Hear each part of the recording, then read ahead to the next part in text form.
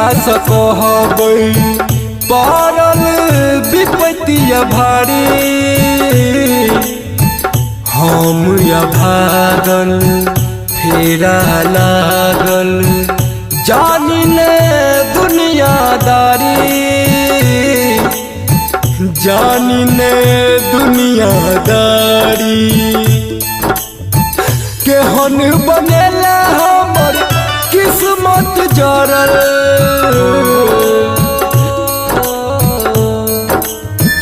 केहन बनेला हमर किस्मत जरल दुर्गा मैया गे अभगला नाम हमर पड़ल दुर्गा मैया गे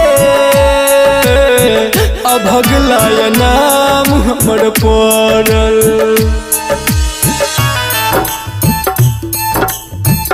हारल थाकल छी दुनिया से लड़ल दुर्गा मैया गे अभगला नाम हमर पड़ल दुर्गा मैया गे अभगला नाम हमर पड़ल दुर्गा मैया गे अभगला नाम हमर पड़ल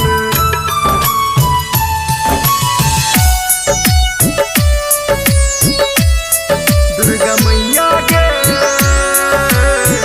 अभगला नाम हमर पड़ल हमरे संगे किया खेल खेलै छै पाथर बन किया हमरा कनबै छै तोरे पर भरोसा छलै और विश्वास गे कोना क देला जिंदगी उदास गे तोरे भक्ति में सदखन रही हम लागल तोरे भक्ति में सदखन रही हम लागल दुर्गा मैया गे अभगला नाम हमर पड़ल दुर्गा मैया गे अभगला नाम हमर पड़ल दुर्गा मैया गे अभगला नाम हमर पड़ल राज रिकॉर्डिंग स्टूडियो रामपट्टी दुर्गा मैया गे अभगला नाम हमर पड़ल रामा मन डल के सुनने कहानी दर दर भाटी गई छै भेलै परेशानी कोन जन्म के गे बदला तुलै छै पंकज पांड्या दिस किया ने तकै छै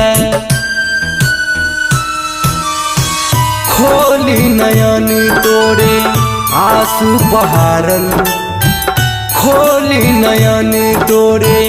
आंसू बहारल दुर्गा मैया गे